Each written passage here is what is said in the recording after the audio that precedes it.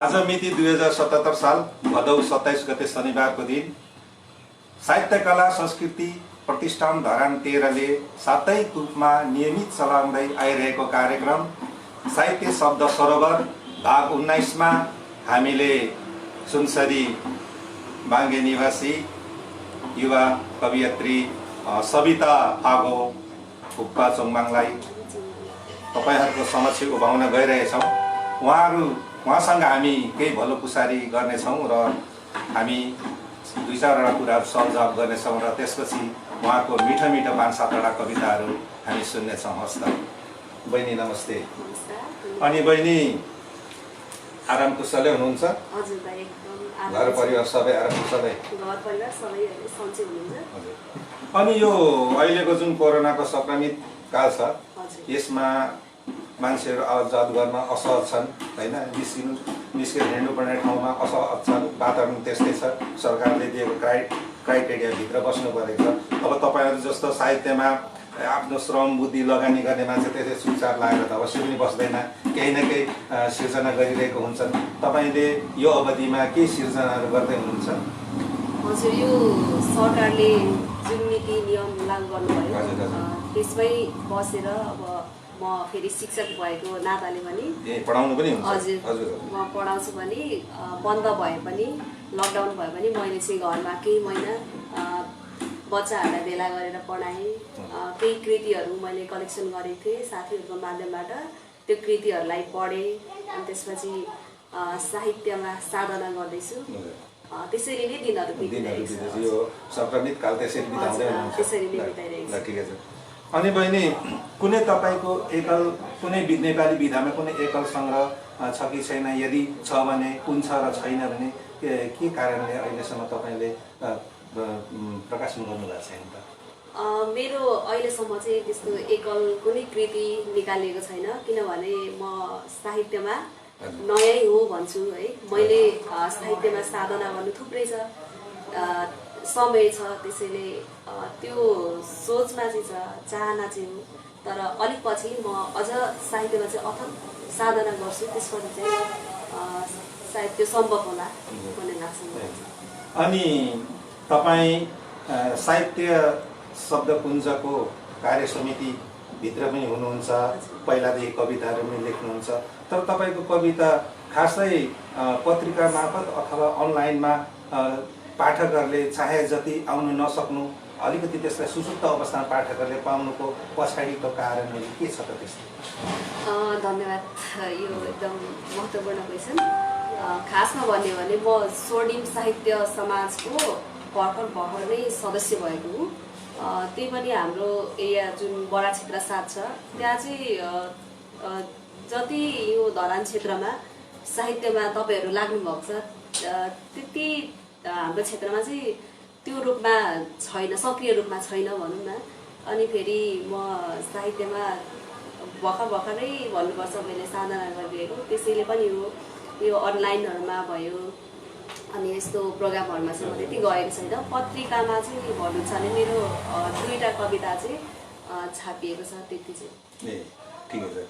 अनि अहिले अलिकति कस्तो भने कविताहरूमा पनि 2टा फ्याकल्टी छन्, एउटा पुरुषवादी कविता, एउटा नारीवादी कविता। कुरा सुन्नुमा आउँदाखेरि र यसो अलिकति खोजेर हेर्दाखेरि तपाईँको कविताहरू चाहिँ अलिकति नारीमुखी पनि छ, नारीवादी पनि छ। नारीवादीमा पनि नारावादी कविता छ, उठौँ दिदी बहिनी जुटौँ लागौँ भन्ने किसिमको छ। यसरी एउटा लैङ्गिक हिसाबले नारीवादी कवितातिर मात्रै कलम चलाउँदाखेरि अलिकति त्यसले कुनै कवितामा लिङ्ग अराजकता ल्याउँदैन र? दाइ, म अहिले चाहिँ जति पनि तपाईँले उठाइहाल्नु भयो प्रश्न, मेरो कवितामा नारीवादी स्वरहरू पाइन्छ भन्नुभयो। हजुर। अब अहिले चाहिँ मैले त्यस्तै खालको लेखिरहेको छु। मैले जति पनि नारीलाई नै बढी, अब यो पितृसत्तात्मक समाज भएर पनि होला सायद, नारीहरूलाई जुन विभेद भइरहेको छ, त्यही म पनि नारी भएकोले गर्दाखेरि मैले त्यो सायद महसुस गरेर होला त्यस्तो खालको कविताहरू लेखिरहेको छु। अब पछि सायद तपाईँले भने जस्तो आउँदा दिनहरूमा सायद त्यस्तो पुरुषवादी कविताहरू पनि लेखिन्छ होला। अहिले लेख्नै पर्छ भनेर त्यो त लेख्नुपर्छ। तपाईँको विचार हो होइन हजुर। ल ठिकै छ। अनि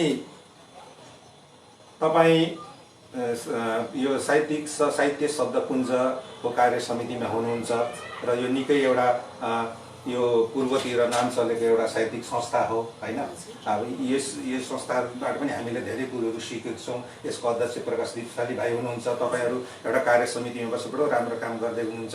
तर अहिलेको यो साहित्यमा जुन किसिमको विकृति एक प्रकारले बढेको छ, यो विकृतिहरूलाई हटाएर होइन एउटा समाजलाई स्वच्छ खोराक दिने साहित्य लेखनतर्फ तपाईँको संस्थाले के कस्तो भूमिका खेल्दैछ? स्वर्णिम साहित्य समाजले चाहिँ समय अनुकूल केही न केही गरिरहेकै छ। योभन्दा अगाडि पनि स्वर्णिम साहित्य समाजले चाहिँ स्वर्णिम शब्दपुञ्ज 2 सञ्चालन गरेको थियो। त्योभन्दा अगाडि पनि थुप्रै साहित्यिक धरोहरहरूलाई चाहिँ आगमन गराइसक्नु भएको छ। जस्तै राजन मोकारण दाइ हुनुहुन्छ, अनि त्यसपछि व्याकुल माइला, त्यस्ता हाम्रा साहित्यिक धरोहरहरूलाई बोलाइसक्नु भएको छ। अस्ति स्वर्णिम शब्दपुञ्ज 2 मा कवि मुनाराज शेर्मा राई, त्यसपछि उता उपमेयर गीता पराजुली, अनि वक्ताको रूपमा हजुर बेलबारीका वक्ताको रूपमा मनु मन्जिल कविलाई बोलाइसक्नु भएको छ। अब अहिले चाहिँ भन्नुहुन्छ भने यो लकडाउनले गर्दाखेरि त्यस्तो हामीले सोचिरहेको कार्यक्रमहरू पनि गरिरहन पाएका छैनौँ। तर यो पश्चात यो हाम्रो अहिलेको समय चाहिँ सामान्य भएपछि हामी केही गर्ने सोचमा चाहिँ छौँ। ठिक छ। अनि अर्को कुरा के भनेदेखि अहिलेको जुन यो सामाजिक परिवेश छ, साहित्यिक सामाजिक परिवेश छ होइन, यो परिवेशलाई चाहिँ के गर्दाखेरि अब आउने नवयुवा सर्जकहरूलाई चाहिँ हामीले के गरी बाटो देखाउन सकिन्छ भने तपाईँको व्यक्तिगत सोच चाहिँ कस्तो छ? हामीले चाहिँ यो साहित्यिकमा लाग्न चाहनेहरूको लागि अब रुचि इच्छा बेगर त हुँदैन थियो है। आफूले साधना पनि गर्नुपर्छ। रुचि भएपछि जोसँग म यो गर्न सक्छु, मलाई यसमा रुचि छ भनेर उसले आफ्नो रुचिलाई चिन्छ, पहिचान गर्छ। त्यसपछि अब जस्तै अग्रजहरूले चाहिँ यसले चाहिँ यो गर्न चाहिरहेको रहेछ, यसलाई हामीले प्रेरणा हौसला दियो भने चाहिँ यसले समाजको लागि केही गर्ने रहेछ है भनेर जस साथ दिनु पर्यो, हात दिनु पर्यो। त्यसो गर्दाखेरि चाहिँ हजुर हौसला बढाइदिनु पर्यो। त्यसो गर्दाखेरि चाहिँ सहज हुन सक्छ जस्तो लाग्छ। ठिक छ। अनि यति सानै उमेर, मेरो लागि चाहिँ तपाईँ सानै हो, यति सानै उमेरमा यति राम्रो कविता लेख्नुहुन्छ। तपाईँको कविता मैले हेरेँ, 2-4वटा दम्ब छ, समाजको एउटा असल चित्रण छ त्यसमा, समाजमा भइआएको कुरो छ होइन। यति राम्रो कविता छ। अब यति राम्रो कविता लेख्ने तपाईँले आफ्नो स्वतस्फूर्त तपाईँको भावना हो कि यसमा कोही एउटा उ छ के भने प्रेरणाको स्तम्भको रूपमा कोही छ कि? खास भन्ने हो भने यो जति पनि मैले कविताहरू लेखेको छु, यो मेरो सम्पूर्ण भोगाइ त होइन, मैले कल्पना पनि छैन यसमा। तर हाम्रो समाजको त्यो भोगाइ चाहिँ हो, मैले त्यो महसुस गरेको छु। फेरि बिना प्रेरणा हामीले लेखन कार्य अगाडि बढाउनै सक्दैनौँ, कसैको प्रेरणा बिना। मैले यो कविता चाहिँ खासमा सुरुमा चाहिँ प्रेरणा भनेको त्यही पुस्तकबाट हो। पुस्तकहरू पढेपछि कविता, पुस्तकमा भएको कविताहरू जुन लयमा हुन्थ्यो, त्यो लयले छुन्थ्यो, तान्थ्यो, कस्तो मजा आउने त्यो सुन्दै पढ्दै। त्यसपछि हजुर एकदम। अनि अहिलेको जुन यो चरण छ, अहिलेको पछिल्लो चरण, यसमा चाहिँ प्रेरणा हौसला दिने दाइहरू हुनुहुन्छ। जस्तै तपाईँले अघि भनिसक्नुभयो स्वर्णिम साहित्य समाजको अध्यक्ष दाइ प्रकाश दिपशाली, त्यसपछि अन्य साथीहरू पनि हुनुहुन्छ। उहाँहरूको कारणले गर्दाखेरि चाहिँ म लेखनमा अलिक अहिले कलम चलाउँदैछु। अनि बहिनी अहिले हामीलाई भन्दा एक्चुअली हाम्रा श्रोता शुभचिन्तक साहित्य मनहरूले आजको नायिका तपाईँतिर फोकस भइरहनु भएको छ। उहाँहरू हाम्रो तर्फबाट, तपाईँको आफ्नो व्यक्तिगत तर्फबाट उहाँहरूको लागि केही 2-4 शब्द बोलिदिनुहोस् न। आज साहित्य कला संस्कृति प्रतिष्ठान धरानको साहित्य शब्द सरोवर लाइभ कार्यक्रम हेरेर बसिरहनुभएका, सुनिरहनुभएका सम्पूर्ण साहित्यिक मनहरूलाई मेरो व्यक्तिगत तर्फबाट धन्यवाद भन्न चाहन्छु। साथै आज मलाई यो साहित्यिक कला तथा संस्कृति प्रतिष्ठान धरानले जुन अवसर दिएर मलाई यो स्पेस दिनुभएको छ त्यसको लागि म सर्वप्रथम तपाईलाई अनि गोपाल दाईलाई र यो सम्पूर्ण तपाईहरूको टिमलाई हार्दिक धन्यवाद दिन चाहन्छु।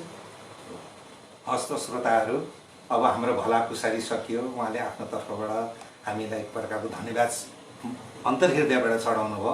अब हामी उहाँको मिठो मिठो कविताहरू सुन्नेछौँ।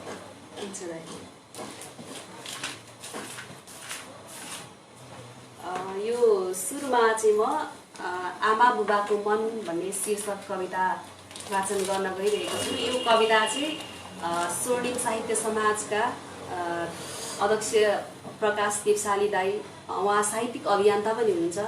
उहाँले आफ्नो फेसबुक पेजबाट चाहिँ लकडाउन श्रृङ्खला सृजना भन्ने कार्यक्रम, एउटा साहित्यिक कार्यक्रम चलाउनु भएको थियो। त्यो कार्यक्रममा मैले आमा बुबाको मन भन्ने कविता दिएको थिएँ। यो कविता पोस्ट गरिदिनु भएको थियो, सबैले रुचाइदिनु भएको थियो। सुरुमा म हजुरहरूलाई यही कविता वाचन गरेर सुनाउँछु। आमा बुबाको मन। हिजो भर्खर आमाले वर्षभरि पुग्ने लसुन निकाल्नुभयो। हिजो भर्खर आमाले वर्षभरि पुग्ने लसुन निकाल्नुभयो। उता बुबाले ट्र्याक्टर झिकाएर मकै छर्नु भएको हो। त्यही मकैले टुसा हान्दै गर्दा नाङ्गिएका बोट बिरुवामा जवानीले आकुरा लगाउँदै गर्दा आमा बुबाको मन न हो। आमा डराउनुहुन्छ, बुबा तर्सनुहुन्छ। कोरोनाको कहरले छपक्कै छोपेको छ। न धनी देशलाई छाडेको छ, न गरिब देशलाई। उता छोरा नि परदेशमा छ। बाह्रैमास फलिरहने र फुलिरहने अम्बा उही तमासले फुल खेल्दैछ। प्रकृतिले पनि आफ्नो धर्म छाडेको छैन। उही बिहान सूर्यदेव निस्कनुहुन्छ, बेलुका पुनः डुब्नुहुन्छ। देश पुरै लकडाउनमा छ। देश पुरै लकडाउनमा छ। आमा डराउनुहुन्छ, बुबा तर्सनुहुन्छ र मुख खोल्नुहुन्छ।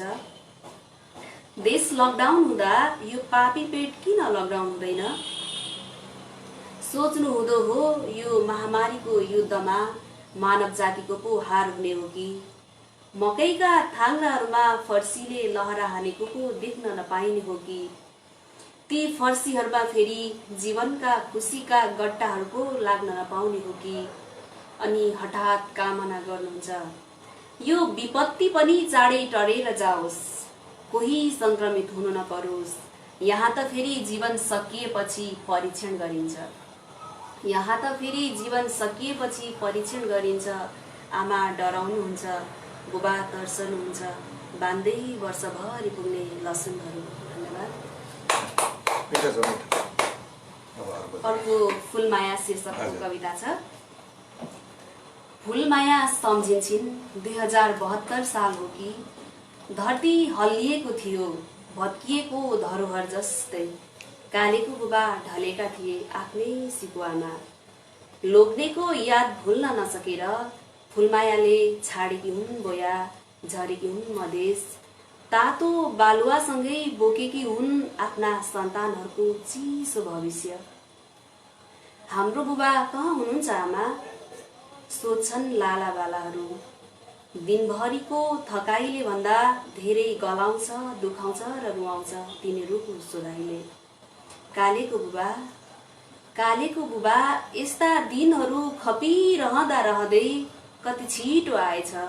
मदेखि छुटाई तिमीलाई लैजाने बैशाखसँगै बढेको छ कोरोनाको महामारी। यही रोगले छुटाउँछ कि भूकम्पले छुटाए जस्तै सन्तानका एक थान जीवन र कलिला भविष्यहरू। यसरी फुलमाया नाङ्लोमा केलाउँछिन् मनका कनिकाहरू। हुन्छन् झुपडीभित्र, सम्हाल्छिन् सम्झनाको फेरो अनि अठोट गर्छिन्। जसरी पनि बाँचेर जानु छ कोरोनाबाट।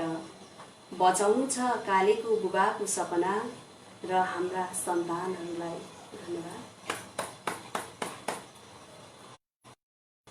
अर्को शीर्षक छ राहदानी। राहदानी। हजुर। नीलो आकाशमा तिमी, नीलो आकाशमा तिमी, बाध्यता र रंगीन सपनाका चाङ पोका पारी, कर्मको खेती लगाई मिठो फल ल्याउन हिँडेका, भाग्यले मृत्युको बिल्ला भिराएर फर्काएको छ तिम्रो सबसँगै, भाग्यले मृत्युको बिल्ला भिराएर फर्काएको छ तिम्रो सबसँगै, अधुरा र अपुरा सपना नि फर्किएका छन्, भक्का निन्दैछन् कोही मायाहरू, पीडाले नओभाएका आँखाहरू लिएर, अनि बाध्य छिन् रातो बाकस बुझ्नलाई, अनि बाध्य छिन् रातो बाकस बुझ्नलाई, रोदन र छटपटी छ बेग्लै बेग्लै, विधताले जो छलेको छ सबलाई, स्तब्ध त म पनि छु आज कोही माया जस्तै, रसाएका छन् आँखाका डिलहरू राजकुमारका जस्तै, के तिम्रा आँखाहरू रसाएका छैनन् सरकार? धन्यवाद। एउटा एसिड भन्ने कविता रहेछ तपाईँको? हजुर आएको छ रिक्वेस्ट छ। एसिड कविताको शीर्षक एसिड। यो समाज हामीले बनाएका हौं, जो 21औं शताब्दीमा पाइला चालिरहेको छ। यो समाज हामीले बनाएका हौं, जो 21औं शताब्दीमा पाइला चालिरहेको छ। जंक फुड बन्द गर्ने यहाँ अभियानहरूको लस्कर छ, तर एसिड पानी सरी सर्वत्र बेचिन्छन्। हामी जानेर पनि केही बोल्दैनौं र बोल्न नसक्ने नाटक मञ्चन गर्छौं। हिजो संगीता र जेनीहरू आज 14 वर्षीय मुस्कानहरू जलिरहेका छन्। त्यही एसिडका प्रत्येक थोपाहरूले अनेक मनोविज्ञानका पीडा तातो भोगाई उनीहरूभित्र कहिल्यै सेलाउँदैनन्। बरु चेपाङ बस्तीको आगो झैं बेला बखत हुरहुरी तन्किरहनेछ, बेला बखत हुरहुरी तन्किरहनेछ। भयभीत छ समाज उतारसँग, यता तिरस्कृत छ त्यो अनुहार यो समाजसँग। चोट पटक्कै होइन त्यो न उनीहरूको रहर। आज म बस्ने समाजसँग प्रश्न सोध्नु मन छ। मेरो पहिलो प्रश्न पुरुषार्थको घमण्ड राख्ने पुरुषहरूलाई, जाबो एउटा रिजेक्ट अनुहार एक्सेप्ट गर्न सक्दैनौ भने मेरो उत्तर तिमी नपुंसक हौ, जो यति जघन्य अपराधलाई आफ्नो पुण्य सम्झन्छौ। मेरो अर्को प्रश्न कानुन मालिकहरूलाई, सजायको तो कसरी लगाइन्छ? जहाँ एसिड विक्रेतालाई 10 वर्ष, छ्याप्नेलाई प्रकृति हेरी 5 देखि 8 वर्ष। हामीले बनाएको सभ्य समाज यो बेला 21औं शताब्दीको जवानीमा छ। हेक्का रहोस्, एसिडले दिने चोट एकपल्ट आफैलाई छ्याप्नुहोस्। तब अदालतका श्रीमानहरूलाई मेरो अन्तिम प्रश्न हुनेछ, महोदय, पुरुष छाडी जथाभावी नारी अनुहारमा एसिड छ्याप्न पाइन्छ? धन्यवाद।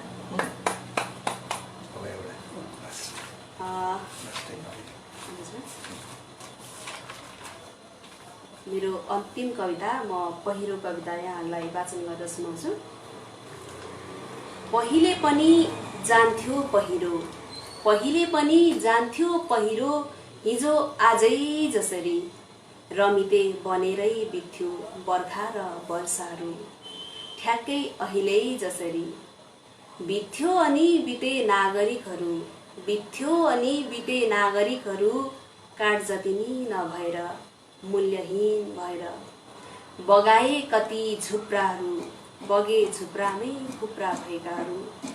बगाए कति झुप्राहरू, बगे झुप्रामै कुप्रा भएकाहरू। आखिर सबै बस्तीमै त पानी छिरे, तर किन नीति निर्माताको दिमागमा छिरेन? धन्यवाद।